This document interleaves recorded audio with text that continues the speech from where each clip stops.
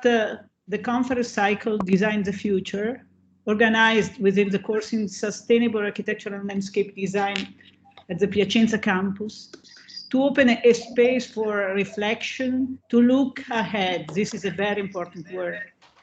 Beyond this moment of retreat caused by the emergency determined by the COVID-19 pandemic. And it is not a small thing.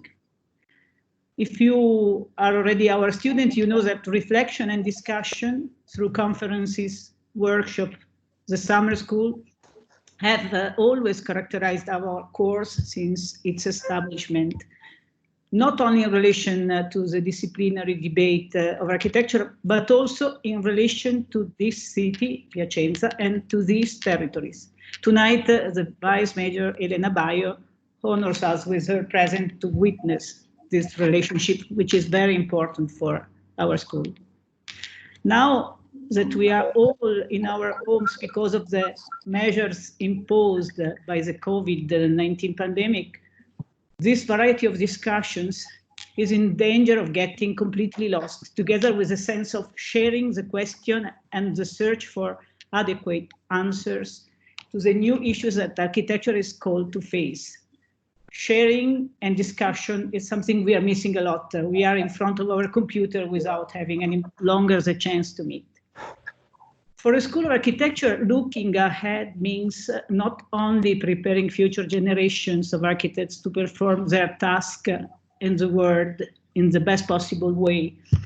It also means, and perhaps above all means, contributing to build a point of view on the reality in which the project, this is a very important word for us, understood as the ability to imagine, design, but also build spaces and places different from those of today, capable of responding in the best possible way to the needs and desires of the people who inhabit them and who will inhabit them in the coming years, in cities, in territories, and in landscapes. This first conference achieves in the best way the objective we have set ourselves. Leonardo Cavalli, founder of One Works Studio, will present us a very successful experience of integrated design, able to face the project of architecture, infrastructure, urban engineering, with an innovative approach at the highest level of competence. You will see it. I think now it's time to give the floor to the Deputy Mayor of the Municipality of Piacenza, Elena Baio. And before greeting you, I would like to thank very much Leonardo Cavalli, who will take the floor immediately after Elena Baio, for his availability. Have a nice evening. Thank you. Thank you.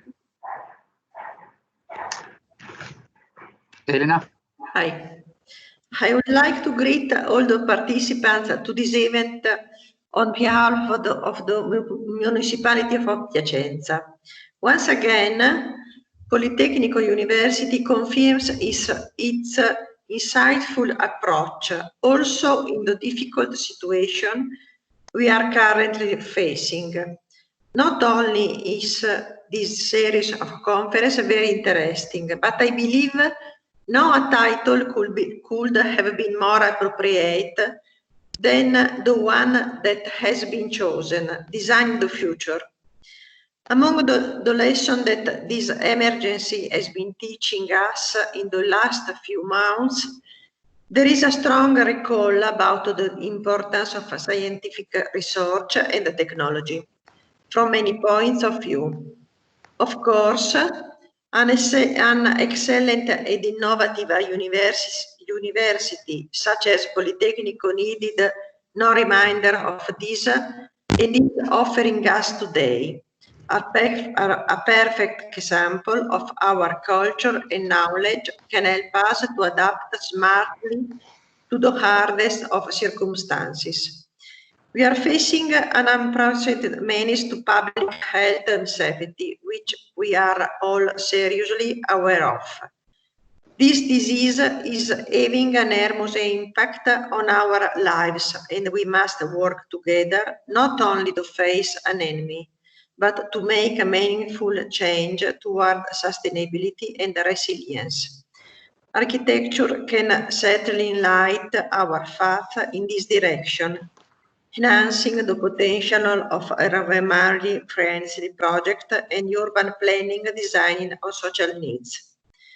The ability to transform problem in opportunity is something science and technology can lead us to do with consciousness and responsibility.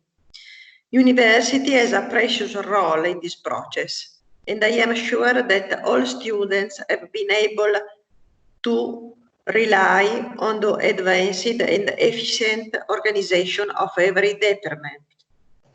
Also in this exceptional period. However, I would like to express my sympathy and solidarity to them with my talks going especially to those coming from foreign countries, having to deal with the consequences of COVID in a city that is not their own, far from their family and home. I hope that you will soon have the possibility to fully experience your academic courses. But in the meantime, I must thank once again Politecnico's professors for their presence, engagement and attention in capturing the need to go, as the presentation of this event state behind emergency. Looking further ahead is what they have always been urging us to do in their constant, fruitful cooperation with local institutions.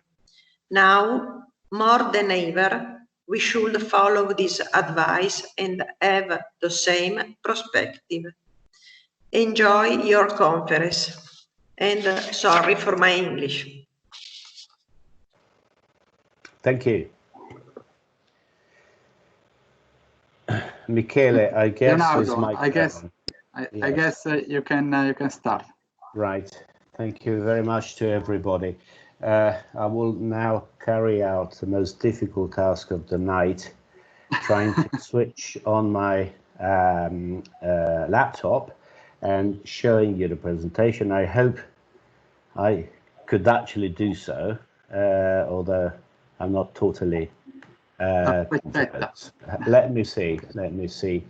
Michele, please tell me whether you see the screen and the presentation. Yes, we can see your desktop and now the presentation. So wow. The most difficult task, you have got it. Right. That's very good. I'm very sorry, and I will try and do it on a, sorry, oh, this is a bit funny, on a full screen version. Hopefully, do you see it at full screen? Michele, do you see it at full screen now? We can see. Yeah. Very good. Thank you very much. Well, thank you to everybody, and I hope it will be a fruitful discussion. It's a pity we will probably not have the chance to directly speak to each other, and Michele will probably collect your questions, which I will kindly ask you to send in lots, so that we can actually have a dialogue afterwards. But I will use the presentation to hopefully generate this discussion. In the past weeks, of course, I will not really concentrate on the coronavirus, but we'll try to have a look at the future. But of course, we have gone through that and we're still going through it. And this posed us a series of questions. So what I tried to do is to pick some of our projects and try and discuss them with the few questions that this particular and exceptional moment have posed us. In the past weeks, lots of newspapers have been discussing and asking to architects, how will the future of the cities be? How will the future of architecture be? And of course, we're not magicians. So I don't think we have an answer to that. But we can always ask ourselves questions and go back and look into our work and see how we could read it with new eyes. So the first thing I want to take you through is understanding that the city is not just a fabric, so it's not just the hardware, but the city has a soft side to it, which is really about behavior of people and how people live the spaces. So I suppose that this exceptional moment may be a great accelerator of things which we were already experimenting, but we're actually putting in place at a much stronger pace today. So how do we go through that? But of course, I'll try and move this so that it will not interfere with the pictures. This pandemic is no news for the world. I'm just using here one of the many examples in the 16th century. Venice sort of had an experience of a plague killing about a third of the population. So quite a strong pandemic with much harder effect on the population than what we are actually experimenting today. And it's interesting to go back and look at these things and understand what happens.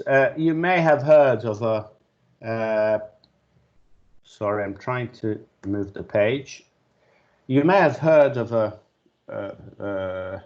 a famous holiday in Venice called the Redentore, the Redemption holiday. So the Redentore is actually a religious feast which was rewarding the end of this big plague. And what happened to the city? Well, they had temporary and long-term effects. Palladio was actually asked to design and then to build the Redentore Church, which you see now on the screen. But what's more important is some of the temporary effects which the Redentore brings together with it is this temporary bridge, is a boat bridge, which every year since 5 centuries is built during the Redentore holiday across the Giudecca Canal to remember the event, but also to connect the two sides of Venice. So it's a major public space built on a temporary basis and has been built for 5 centuries now. So this is really, in a way, asking ourselves how architecture deals with temporary and permanent solutions and how those interfere with major events, which tend to foster some of the solutions rather than bring in the solutions, and tend to be accelerator of them. So the first item, or the first topic I would like to go through with you using one of our projects is exactly reading one of our projects through the idea of a permanent solution versus the temporary uses that this solution brings with it. This is City Life. We were appointed to design the main central square. I will try and use the mouse to point you also out what was our main goal in this project, which is actually a square, but it's a sunken building.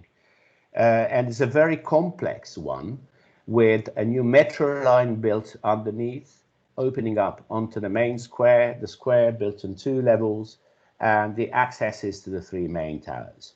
So it's a major piece of infrastructure in a way, and it's a major piece of public space, I hope. Well, this was actually the scope of our work, to actually build not an infrastructure, but build a piece of urban space to connect the towers with the park and the city. As you see, this is a very simple diagram showing you the degree of complexity of the 3 different parking levels, the metro station, the lower level of the square, and the upper level of the square, with all the different connections and the different constraints we had to look at.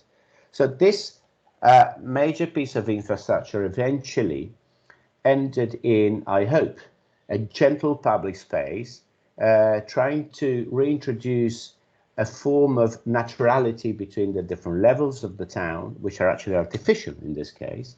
So trying to compose the complexity of the infrastructure within the simple fabric of the city.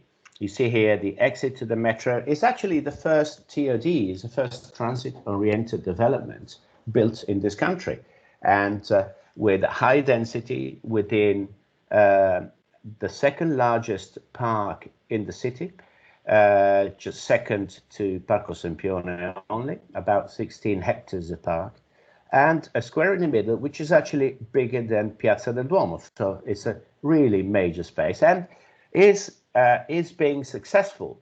It's interesting talking about public spaces and crowds in this period, but talking to the client, it's interesting how actually the shops and the restaurants around the open square are having a bigger success than the actual mall, which you see here in the middle of the picture, City Life, built more on a standard mall system of an enclosed space.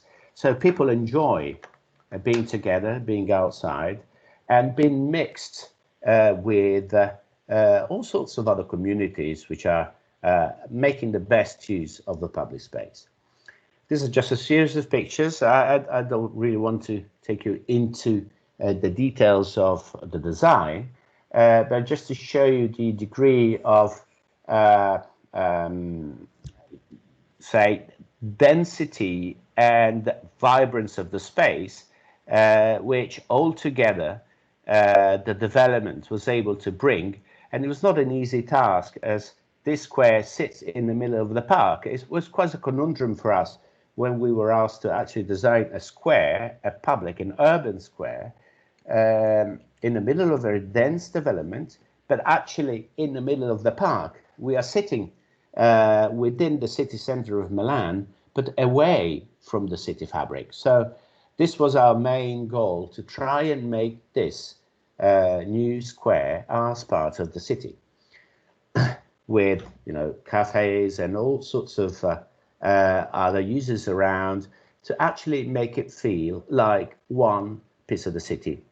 What, though, I found very interesting, though, it was that we had to finish our work before 1st of May 2015, when the Expo happened in Milan, because the metro had to open and the square was one of the secure landing in case of emergency for the metro system. So this ended up being a square open on void for 2 years. As you see in this picture is taken in about, I think, 2015, 2016. The pictures you've seen before were taken in 2019. So the square was there, but nothing happened around. No shops, no restaurants, not even people in the towers.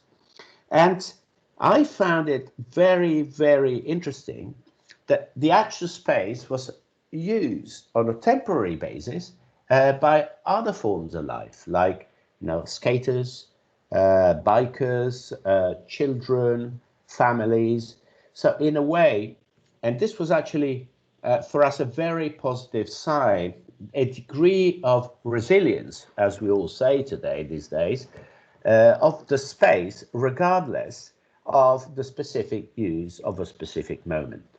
We actually had a long discussion with the client too, because when they saw the skaters, they were scared. They say, this is going to reduce the value of the development. So we had long discussions, but eventually we convinced them that this was part of the potential success of a public space. This public space is open to anyone, and its value, its quality is actually related to the capacity of everyone to use a space upon their own interests and their own qualities. You see here how this space was used. You see it was still a building site. So this is, in a way, trying to understand how the funny relationship between space and the physical building of a city and behavior.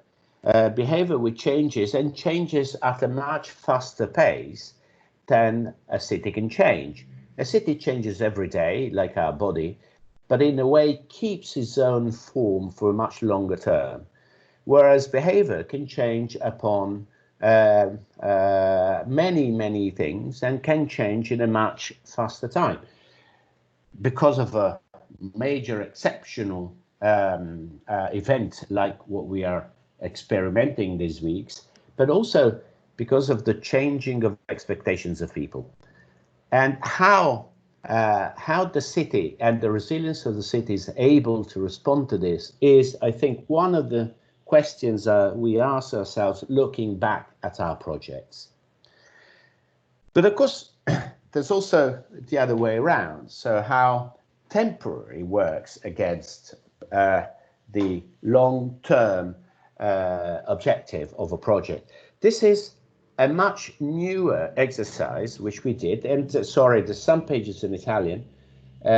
We just released this to a client and is taking a totally different glance on a very similar matter, which is actually public space and the idea of hospitality with people and the very role of public space, which is receiving people and make them feel comfortable.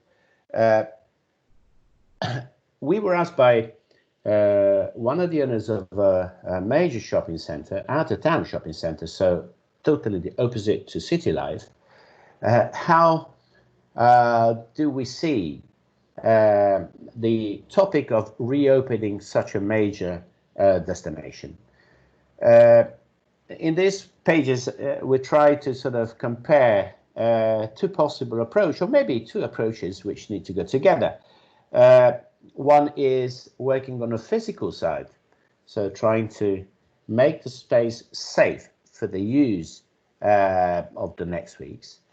But the other one is also looking at technology with a different eye and understanding whether technology can help, not just by itself, not just by introducing a new service, but actually to make the public space work better. So we could end up like in the situation to your left, where people need to wait and organize themselves into a parking lot. Or maybe give a thought on the latest thinking on what I believe you would call tactical urbanism. So the idea that leftover spaces or spaces which were not recognized as an opportunity may eventually become an opportunity for the larger community. And of course, all this has to do with a more complex understanding of behavior and opportunities. I'm just showing these diagrams just to show that the work of architects is not just about coming up with new forms and new ideas, but it's also being able to support them with the reality and the facts and the understanding of reality. This is what these diagrams are telling you is, if you say, look at this one on the top right corner, is what would happen if, say, 50% of the people who would normally access the shopping center on a Saturday will come to the place with the limitations of accessibility imposed by the law. Well, you would have in the afternoon more people waiting outside than actually people inside the shop. So this is a major thing to look at. How do you look at it? Sorry. Well, first of all, I guess, is where technology comes into play, and trying to organize a better experience for your visitors, but also trying to think what are the opportunities in a place like a shopping center with a huge car park in front, which would probably be underused for a long period. How do we imagine public space to be built on a space which is considered a leftover, is considered a space with no proper role in urban life? Well, maybe there might be a strategy we can apply, a strategy which may be very simple, may rely on the experience of tactical urbanism, which has been carried out in Milan, but not just in Milan. I remember in New York, probably 2-3 years ago, maybe 4, times may go by quicker than I think, when they decided to close the entire Broadway across Manhattan, making it a pedestrian space, just painting the asphalt by green. A great idea with a great success. So this is in a way a very similar story.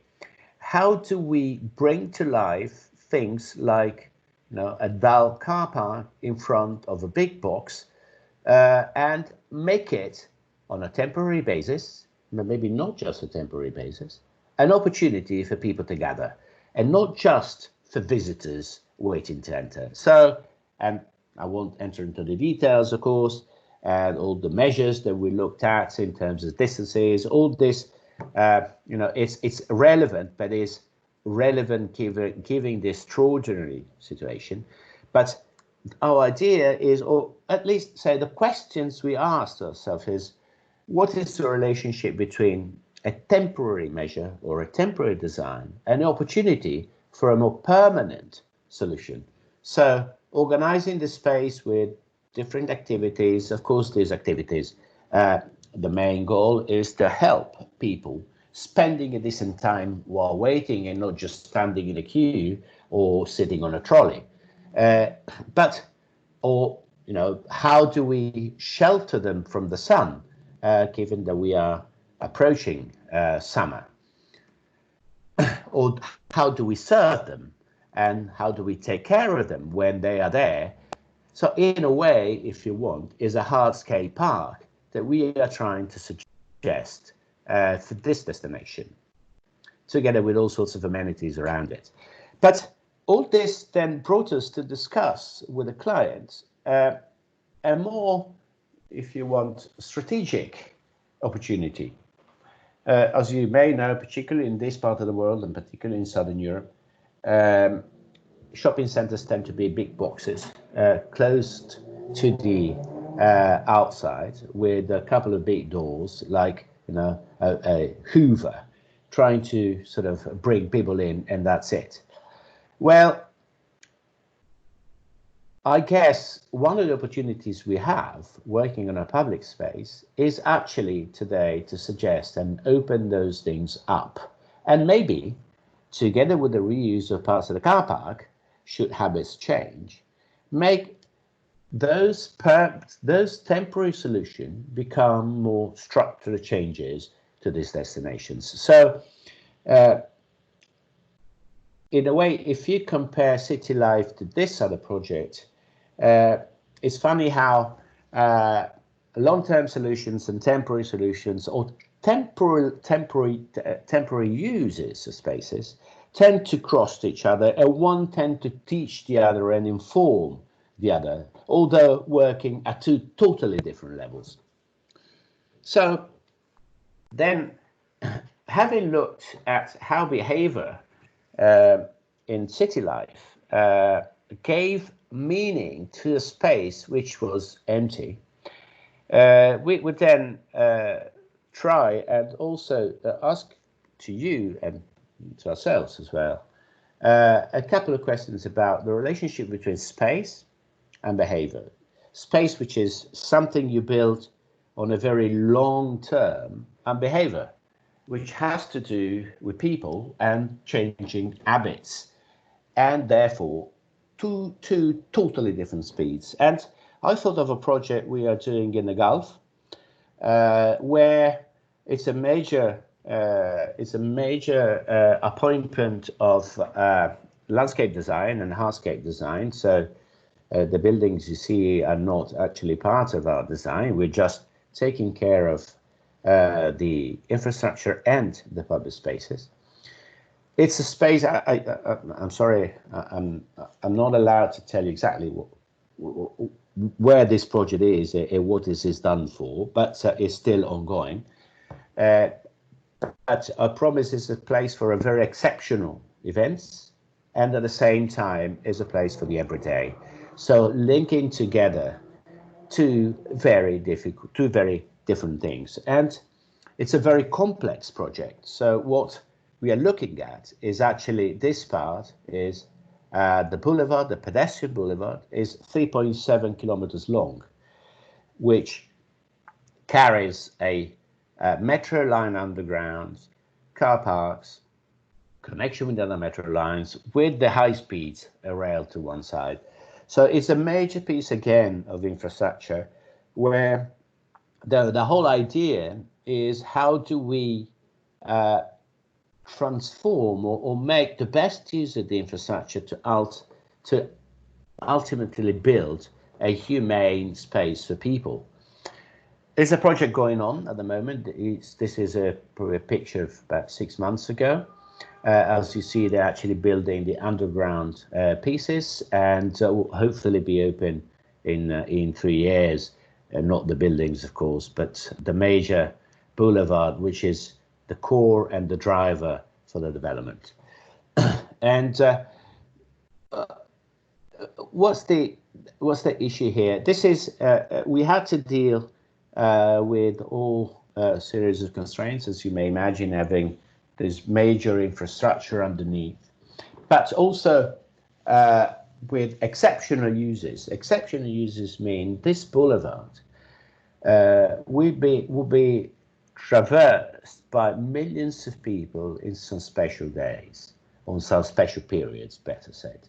So the main question our client keeps asking is whether we considered pedestrian flows. So it's not really about discussing whether the canopies are the right ones, or whether the pavement is right, whether the pop-ups and the kiosks are in the right number.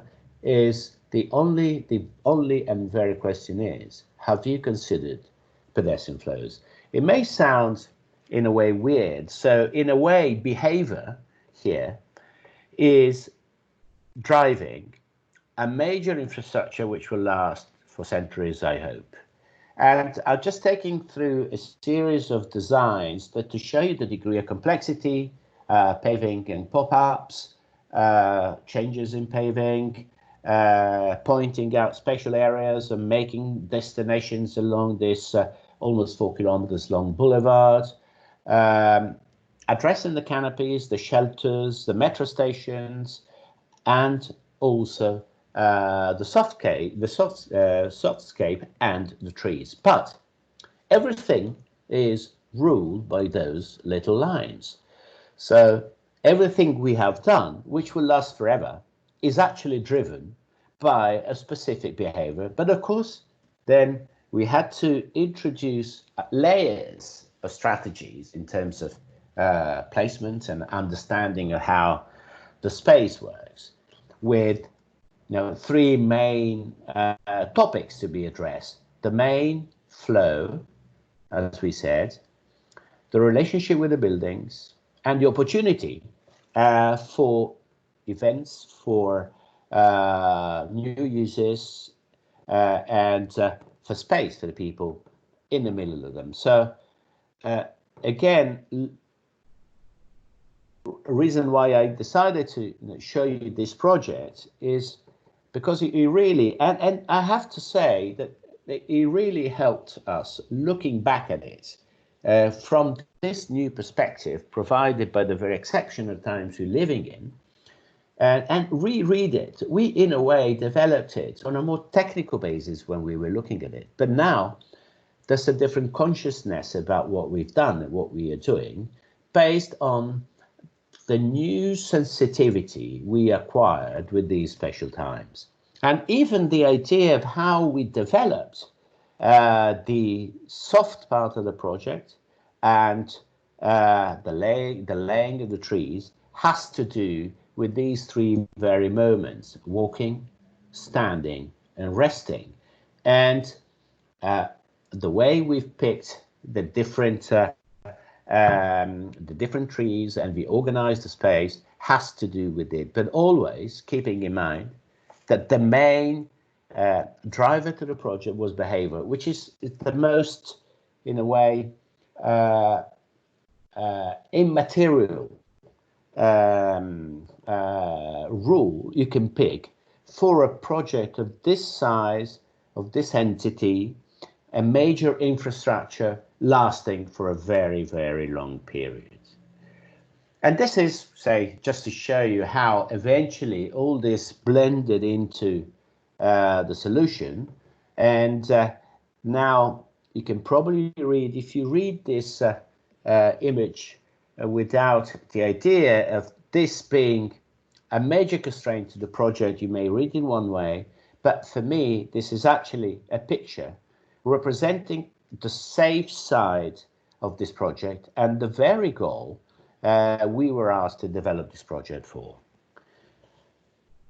Another item, which again is has been brought back very strongly, although it's been underlying and discussed for many years now, is the relationship between space or physical space, say the physical side of the city, and technology, and particularly new and smart technology, which we all discuss every day. But I personally not necessarily totally yet understand how do they relate with the making of architecture in the city. So I'm using another project here. This is the extension to the airport terminal in Venice, where we built the first lot, and we submitted now the design for the extension to the airside, so the extension to where aircraft approach the building. This first extension was what we call landside, so to the side of the city, when you approach the airport coming from the region or the city. I'd like to use them, showing also a little video, will take about 2 minutes, which we developed for another airport in Bergamo, which is really about taking care of the emergency of the particular moment and the reopening of such a big infrastructure under the current exception conditions. And I will use it. I will take you through that. I'm not sure I'll be able to also. There's some music behind, so it's not really relevant. I might talk on top of it, and then we'll go back to Venice for one particular reason. As you know, one of the major things which are being affected by the coronavirus is actually transportation. People fear to travel, but also the way terminals, for instance, as in this case, are organized to this kind of crowd. So a crowd which is not necessarily organized to respond to the current situation. Something happened. Can you hear me? Yes, Leonardo, we can, but the video stops, yes. Yes, for some funny reason. I'm trying, and I lost the mouse, apparently. Let me see. I don't know what happened. It stopped. We cannot call Gianluca. Gianluca is the guy of our campus helping us.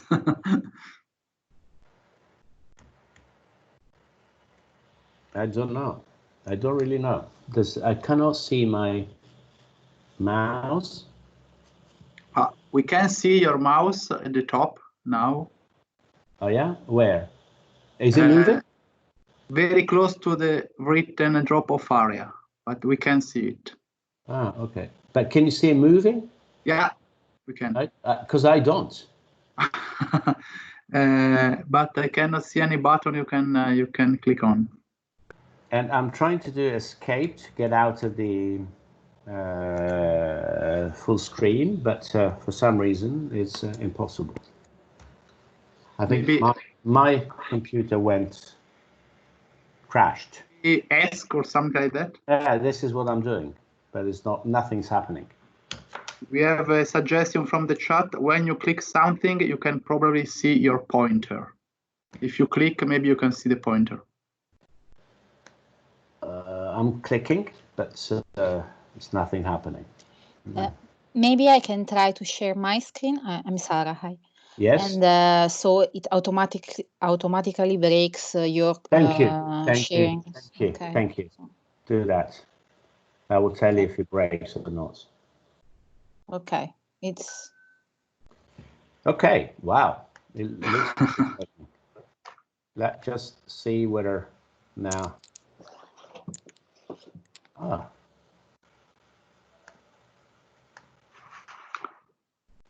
Simone, I guess, is a student, say that during the presentation, the only trick is to exit from sharing the screen.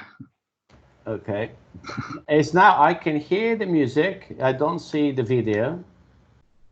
We cannot see no music and no video for us. Yeah, no, I can see that because my screen isn't in shared mode, I guess. I don't know. I think. All right, so things have moved on. Okay, let me wait for 1 second. What I suggest, give me 1 second. Yeah, for sure. Sorry for all this. Doesn't matter. It happened when we were talking about technology, so it must be a sign of something. It doesn't matter. We can have a coffee break. Yes, I think it's. I can see. Let me do something. PowerPoint. Let me do something. Quit PowerPoint and reopen it. If I could. Yes. Right. I'll reopen it again. Maybe it's a problem with the video. Maybe I think we'll skip the video and. This afternoon we have tested it. Strange. Yeah, no, it worked, but maybe. It's because there are so many people connected now. That could be. Now, what I do, I go to the page after the video and sort. Yeah. Okay. I will explain what the video was. Am I talking too long? Maybe it was too many people, too many crowd in Bergamo airport. Dangerous for the virus. Now, let me go back and I'll try and reshare my screen. Okay. Can you see it? Yes. I'll challenge my computer by sorry to try to go full screen again. See whether it happens or whether it stops. Anyway, you see the picture now? Yeah, we can see it. It will take some time to pop. Okay, doesn't matter. We can move on. Yeah. Well, yes, good. So I'm sorry for the video. The study we did was really about trying to understand the relationship between space and technology, which is exactly what I was trying to talk about. If you look at the very simple diagram you have on the screen, the above line is telling you the different steps you need to take as you enter a airport terminal to reach your flight, and the time that it takes you. Using the same kind of standard process, so same technology which is in use today, of course you need to add the health check, and this, even though with a much reduced number of passengers, it would take much longer to go through. So what we looked at is the use of new technologies like body screening and smart technologies from the check-in to the safety screening to the health screening and the health checking and everything. And believe it or not, although within what we call the COVID scenario, sorry for the terrible name, you will reduce your time crossing the passenger terminal to even a smaller amount than what used to be before the COVID scenario. So again, trying to look at how space and technology can work together was really the approach we had when looking at this major topic for Bergamo. But why am I going back to Venice? And I'll try again to do the full screen, and it works, hopefully. The very reason why I'm looking at Venice, well, first of all, is because of the design we've done, so that's easier to talk about than talking about something we haven't done. But it's because when we approached this design, this is how the terminal was before the first extension and the new design for Venice that we have done in the past years. Then, you know, this is kind of one of the first maquettes we built, where you can actually see this is what was at the time the existing terminal. So the two wings and the middle bodies and the main glass arcade were the major interventions we suggested. So this has now been built, and this is what I wanted to talk about. So this is how the full project looks, but this is actually what has been built. Why is it relevant to this discussion? Well, believe it or not, this is an extension to the land side. It is where people approach the airport, the terminal, before they enter the actual procedure to cross the different parts of the terminal to reach the flight.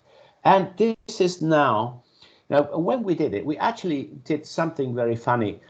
We built a kind of a glass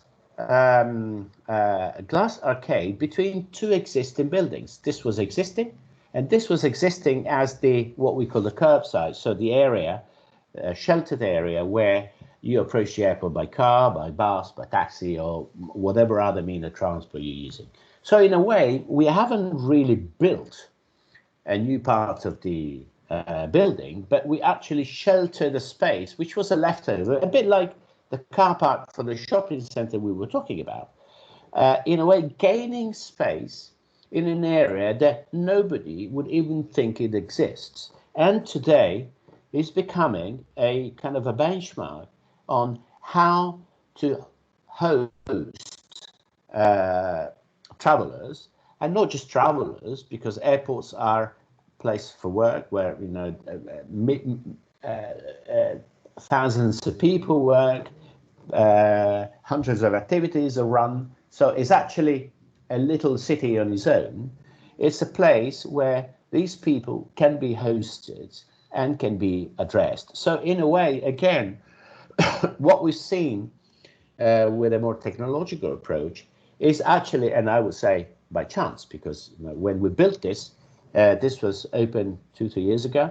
So nobody had any idea of the potential diseases we were facing.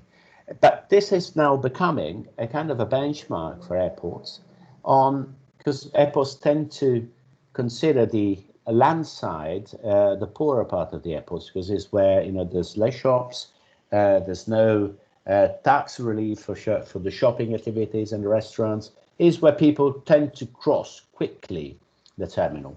And this major effort, this is a 240 meter long and 22 meters wide glass arcade, which is, funnily enough, probably is the first glass arcade in an airport, because when you enter an airport, you tend not to have natural light from the top for some reasons. So this was another kind of singularity of this project, but has now become a major benchmark with the idea of hosting people. So in a way, is where space is helping technology to readdress those spaces, even in the face of a major exceptional event. But of course, this is not just the meaning of the space. This space works anyway. It's a quality of the airport anyway, and it's a very successful space for the Venice airport. Again, is a place which I think it poses us a question about the relationship between space and technology and the two totally different speeds to which they develop. This space takes a year to design, 3 years to build, and it probably lasts 50 years at least. Technology within the design time and the building time will probably change 2 times, and we don't even know what technology will be in 5 years' time. And this space in 5 years' time will be exactly the same. So this is really the conundrum and the very big question that it comes to my mind, looking also at these exceptional times. And this is just this is the insertion of the glass arcade into the existing building. So going back, and I'm about to finish, so you'll be very happy, and I will stop talking. I'll go back to the first question. So the relationship between what we call hardware and what we call software, which is really space, behavior, and possibly technology. Maybe looking at it from a different perspective. So just to finish with things which do not belong to our portfolio, this is a beautiful drawing done in 1964 by Peter Cook. It's a major kind of futuristic thinking on technology and the belief in the technology in the 60s developed in some parts of the world, even challenging the idea of town as we have it. And I remember, I think in 1970, they designed for Tokyo Expo Pavilion, challenging the idea of town and asking the crowd whether they were looking for a town or were just looking for services, which is in a way totally similar to what is kind of happening as a discussion with smart technologies today. Do services have the chance to substitute the idea of town and the civic living in the town? This is what they call plug-in city. Even the name in a way refers to a much closer period of technology. So this discussion reminded me a picture. This picture, it took a while to find again. This, probably everybody knows, is Ville Savoye, is a project of Le Corbusier, almost 100 years old. And it's funny how the relationship between technology, the car at the time, and space, the building, is in a way opposite to what we may think of today, where technology and the fabric, the city fabric, stands in a totally opposite relationship between themselves. And just to finish my presentation, I remember 3 years ago in Singapore, I went to visit NUS. NUS is a major university in Singapore with strong ties with MIT, and I was there with Carlo Ratti, which is the head of the research department at NUS and MIT, and he presented to me a research they were doing on the use of rented electric driverless cars. And it was this Hungarian researcher doing the presentation of something which to me looked like the future in 30 years. It was all very interesting, but at the end, I just asked one single question to this Hungarian chap. I said, listen, well, it's all very good, but how do you then imagine the city and the urban space by the time this technology will be placed? And his reaction was very interesting, and then the answer too. His reaction was like, well, why is this guy asking me this question? I never really thought of it. You know, this is not what I'm looking at. And then he answered, well, it will probably look the same as today. So again, putting a very strong light on the complex relationship between technology and our main job, which is actually building physical places. Thank you very much.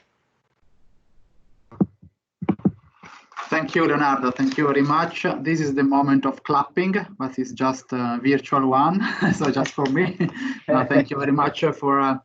It is something that Teams and virtual conferences cannot substitute. We have also some thanking. Thank you very much by Fernanda, Naomi Furuya in the chat. Also, thank you to everybody.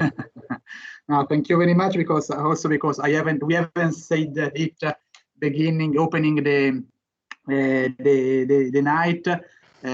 We thank Leonardo and OneWorks first of all for accepting our invitation. That was very recently, because we have discussed it on Monday, so we have decided to do this lecture in a while. Also because it was a sort of challenge for us. There are a lot of clapping in the chat, if you can see them. Also videos.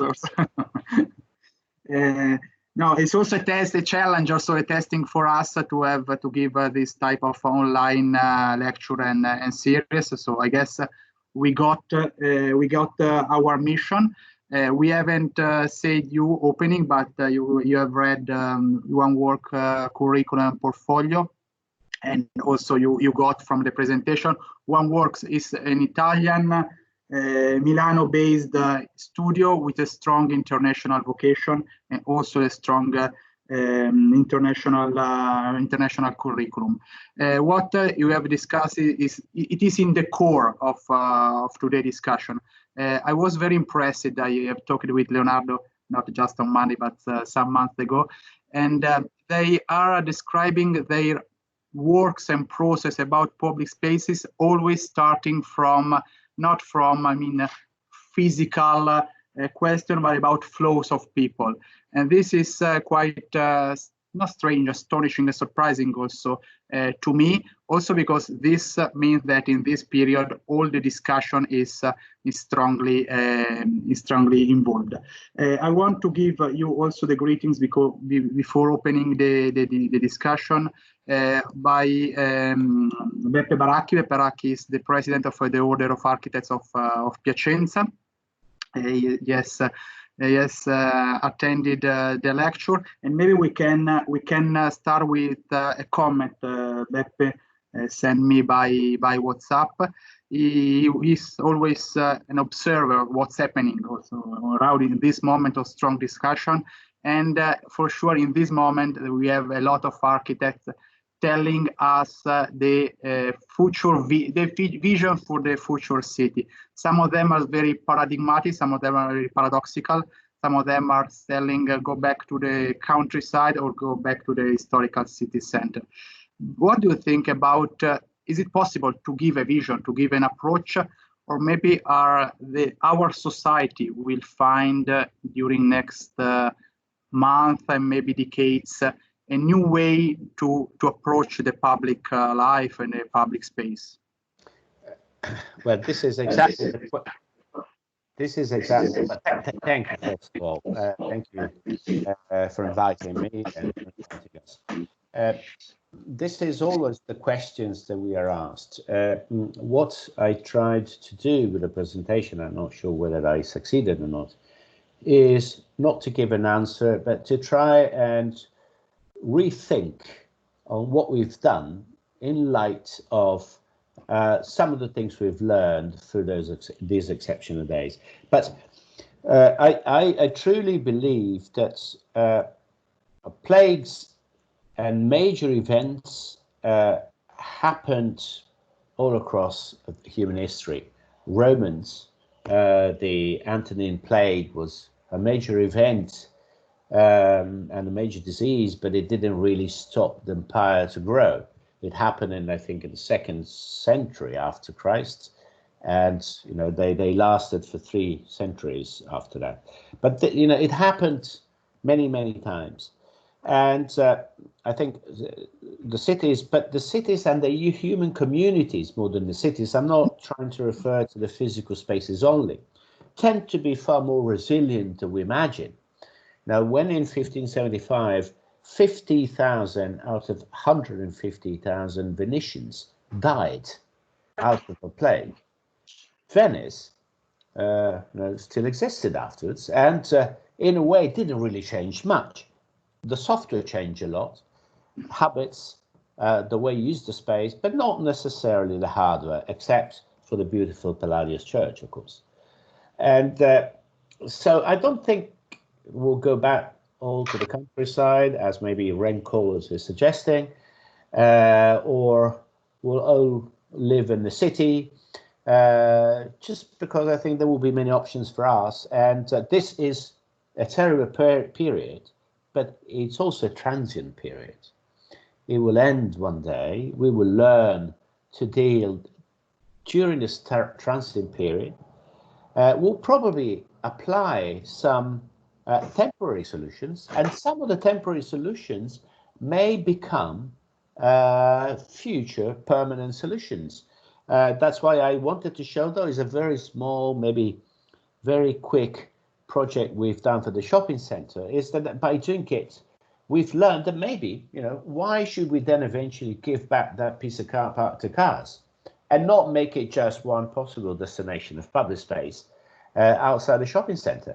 So I think I see this exceptional moment as a booster to things which are changing already. Now, shopping centers were already asking themselves how to change. We were already into some discussing smart working. There's a lot of things which we were already into, like e-commerce. I think these exceptional times are just a way to booster and probably speed up some of the processes. So I think what architects should do is read through the eyes of the exceptional moments, the opportunities on the longer run, which were there already. Okay. I have some comments by Sara, Professoressa Protasoni. Sara, I can read your comments. The first one is about the question how she wrote, the design of public space is a topic engaging the architectural project from the scale of the city to the scale of the living space. It's a dimension we have experienced and we are still experiencing during this moment. How is it the question Sara gave us, but open to the students? How do we should confront ourselves against the new condition imposed by the planned spacing to counter the pandemic? So this is strongly in the core of the discussion.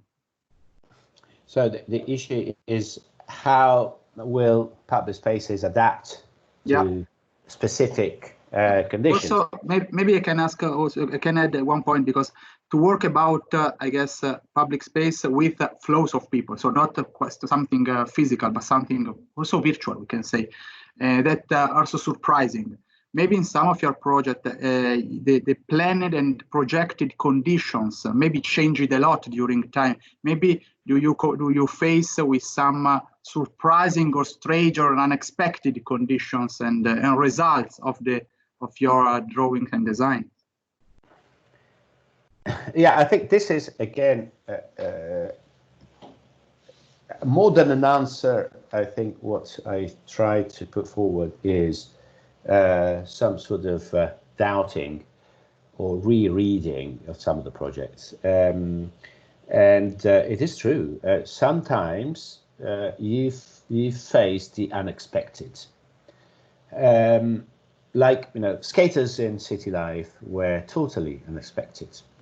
But as much as maybe the actual crowd that is not visiting today, City Life was kind of unexpected. So we were not expecting, I think it's 12 million people crossing the square every year, the lower square. I don't think we were expecting that, as much as we were not expecting skaters before. And this is really talking about, it is true that we work also with numbers, we try to understand the flows, we try to have some degree of science into our understanding. But it's also true that eventually the result of a design exercise needs to be, say, resilient, and sorry for this word again, enough to accommodate the unexpected. So it's not like a functional thing. There's input, there's a box, and there's an output, and the box is a machine, and this machine works out perfectly what the form would be. That's not really what's happening. So the relationship between behavior and form is far more complex, possibly not one dependent on another, but of course the two are part of an, say, complex equation which we have to understand, but also being able to transfer them to a more say, holistic environment where things can happen, but one is not necessarily dictated by another. Okay, I want to give you, as we have explained, you was opening this lecture in the backstage, we are a very international campus, okay? So also we are almost 100 of people between students and teachers now in the chat. I guess 80 or 90% of them are abroad or international. Very good. Yeah, you are working, you are as one work both in Italy and in some international, such as in Middle East countries and so on. Do you find any difference working in the two contexts, or you are in a sort of global global idea of public space that working in city life or in Riyadh is more or less the same strategy you are stressing? You're asking a very difficult question. We are currently working in the Middle East. We are currently working in Europe, in very different places such as Malta and Riga. You can imagine the difference between the two. And in Malta, we're actually building a square, like a project very similar to CityLife. It's not exactly the same, of course. Behaviors are different in the different places, and we tend to work with local partners as well. I'm using the word local partners, which may not be exactly what I mean. Not local just because they do the local bit, but local because they can share with us what we don't necessarily understand, or let us understand the assumptions we make may be stupid in other parts of the world. And there's no reason why we should apply the same rules everywhere or the same understanding. But it's also very difficult to be, to sort of jump out of yourself. You carry yourself everywhere you go. So the best way we find is to always have a local partner or a local office which can share with us their understanding, and also we learn from them. Having said that, I've seen probably a couple of 3 months ago, beautiful Saudi movie with the Saudi lady which fell in love with an American man, and the American man was frightened, and the lady said, listen, there's more things we share than things which separate us. In a way, this is our main rule approaching projects in a different part of the world. Okay, I give you a question by Andrea Foppiani, who is one of the Italian students. He talks about the action and flows in your project, in your designs. And so I say being able to try and match solution with actions. So physical solution and action taking place in the city is a key quality of your designs. Do you have, and is question, any advice for us young architects and students, for them, not for me, on how to keep an eye on people's actions and reactions during our work, given the complexity of the contemporary context? It's the moment of the suggestion. I mean, it's a tough time. I don't know whether we have suggestions. I think sometimes, and this is my personal experience, architects tend to kind of work among themselves only. I think that one of the things we've learned with time, and also sharing works on very different projects, is to actually listen to other people, other professionals, not necessarily just what today we call the communities, which are the main stakeholders of our project, but also other expertise, other views on the project. And this helps a lot to get out from the kind of a self-confidence that sometimes we as architects tend to have, and which tend to reduce our capacity to actually understand reality with a different eye. So my suggestion to the young architects or becoming architects would be not to be afraid to walk out of the mainstream thinking of architecture. Okay, instead, Xia Yuan with a Chinese student focuses about your the role of commercial activities within your projects, and the question is also about the balance you were meaning between temporary and permanent when you are talking about commercial activity. How is it possible to deal with? Good question, particularly in this very moment where retail destinations are threatened hardly by the special conditions, but they're not threatened hardly because they closed today. Of course they are, and of course this is a big problem. But they're threatened because these special moments are teaching to every one of us the use of e-commerce. So this will bring a lot of thinking, and it will need a lot of thinking to help big retail destinations or retail destinations to change, I guess. And I think there's a role for architects into that, and it's right, the student, to say that a balance between what is temporary and what is permanent is probably one of the areas where we should think about. In a way, what I think is that this event is just pushing fast forward something which is happening. Retail, for a very small period, for about 50 years, say after Victor Gruen, became a destination on its own.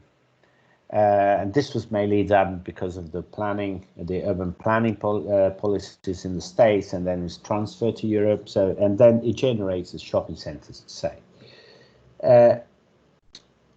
But for the whole history, retail has always been the backstage of our urban and public life. So I think the strength of retail will be to go back to that role. And I'm not trying to say that it's less relevant. I'm trying to say that we need to have a different view and maybe concentrate on not on the actual retail, but the spaces that where retail open up to. And this is a great opportunity for both permanent and temporary solutions for it. So I think it is a very relevant thing and a very relevant opportunity, and maybe something that some of the students may want to think about.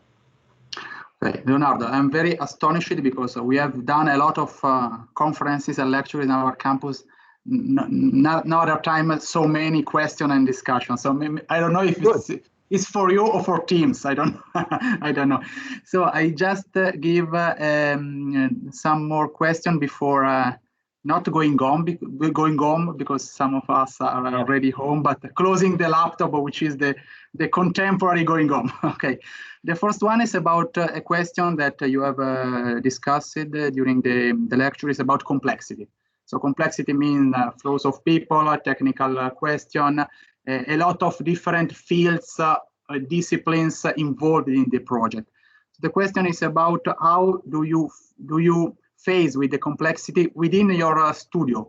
Is it possible to work just with architect about this question, or do you need also to discuss and to compare with other disciplines, with other specialists, with other professionals? I don't think there's a project where we work alone. A project is a real common exercise done by many different professionals with different skills. And I think one of the roles of the architect is to be able to sort of direct the specific skills and the specific understandings and keep everything within the general idea. So it's like being the sort of film director. And there's lots of people around, the light specialists, the actors, the musicians, the architects for the stage. But you have to be able to keep everybody's skills and everybody's intelligence within the general idea that is driving the project. I think that's the main task for an architect, but it's not really just by controlling everything and keeping everything in your little room that you do so, is with the ability to sort of orchestrate the different musicians to come up with the proper music, which has its own simplicity, if you want, but the simplicity is based on a high degree of complexity brought in by everyone. Okay, instead about more practical, we never do a project alone, never. Instead about typologies, you can read everywhere and during these weeks about the needs to change typologies, the question of houses and so on. But do you think that, because Fernando Torres Perez asks us about the changes you can imagine, you can have a vision. Is it the pandemic forcing us to change the typologies of our houses, or is just the push of a moment? I mean, it's just something that at the end the resilience of the existing typologies will last forever. Well, I don't think the pandemic is the reason to change the way we inhabit a space. The pandemic is a booster of changes which were happening already. I mean, the very reason, to be practical, of changing your flat is because you need a separate room when you can work from home. I'm doing so, I'm very lucky. I'm old enough to have 2 daughters which left home, so I've been left with one room, and I can use it as an office. But I can imagine that most people don't necessarily have a spare room to become their office. So, and this is not really the pandemic. Pandemic is just, a temporary moment where these things were brought to our attention very clearly. But there were all questions which were sitting there already. So I think the issue how the housing will change is an issue which is a much longer story and relies on much more serious reasons than the very exceptional moment. And I suppose it will change. I suppose it will change as much as probably offices will change, with maybe 30% of the time spent at home, as much as transport will change if you travel 30% less, as much as retail will change as you are buying on e-commerce. So everything will probably adapt to different condition, maybe also opening up opportunities for other things. But it is true, this is what I believe, that housing will be again a strong focus, or must be a strong focus for architects, which because the house and the flats will come back to be more central to the life of all of us. I give Maria Giulia the last question. She wrote, working in different parts of the world, you have to take some risks. Two extremes could be, on one end, the cultural appropriation. On the other end, to build non-luoghi. They're written in Italy, in Italian, so not places.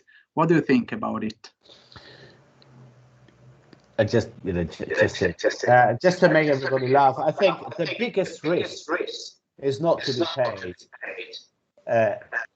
and which nobody considers. I understand the question.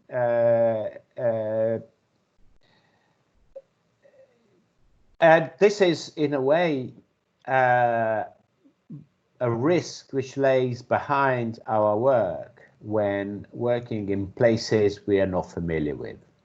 So one approach is what I explained before, being able to share with local practices so that you sort of enter into a better understanding of the place.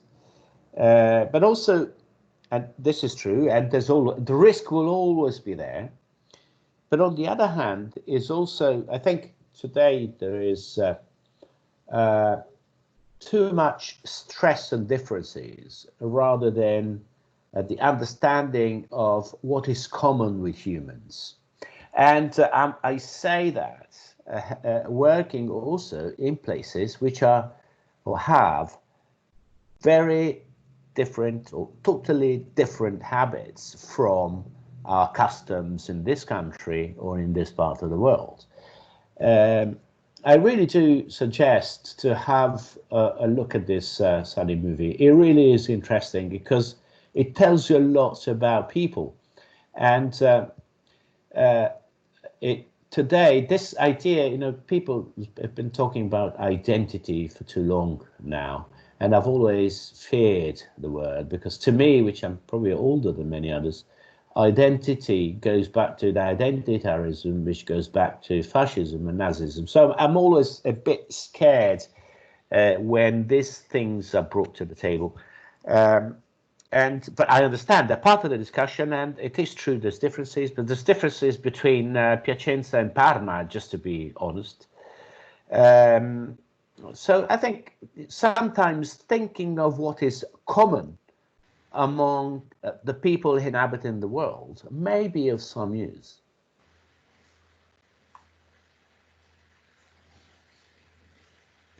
Non ti sentiamo. Spento il microfono. We are receiving some other extra questions. Maybe if you want, if you can, Leonardo, we can also write you an email with some question to share with us. With pleasure. Further discussions. I don't know if Sara wants to say something closing. For me, I want instead Sara Sapone, I can ask you to share the poster of next appointment of this series. So it's great thank. Eccoci Sara. A great thank for sure to Leonardo Cavalli and all the architects and worker in One Works for sharing with us your experience, your ideas, your visions. I want before thank you to you and to all the students. Yeah, for sure. Thank you very much. Before giving the floor to Sara and maybe to Leonardo for the last greeting speech, I want to remember, and you can see the poster, that every other 4 Thursday aperitivo time afternoon, we have some meetings of this series Design the Future. So next week is Thursday 14th. Valerio Morabito from APS Landscape will give his vision about this period and his vision of how to start rethinking and redesigning our cities, our homes, and our future after the coronavirus outbreak. Sara, if you want to say something. Yes, I want to thank, first of all, our guest, Leonardo Cavalli. I found the contribution very interesting in general, but also for the approach that we are trying to develop in our program, Master of Science. The title is Sustainable Architecture and Landscape Design. So a lot of the questions we have heard tonight are really very important.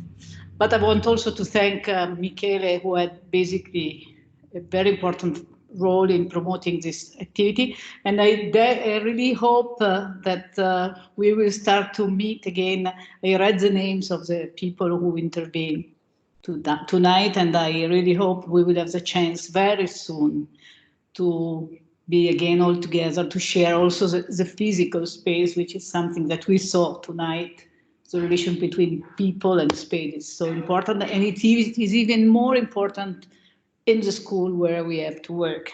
So hopefully we will meet in the next week. And I really thanks everyone, and I say hello. Well, it's my turn, I guess. Thank you very much, everybody. I won't say much. And thank you to Sara, thank you to Michele, thank you to the Politecnico, and thank you to the students. I hope this was kind of useful, just to provide you with some thinking and share some thinking among ourselves, among us. And I do hope to one day meet you in person as well.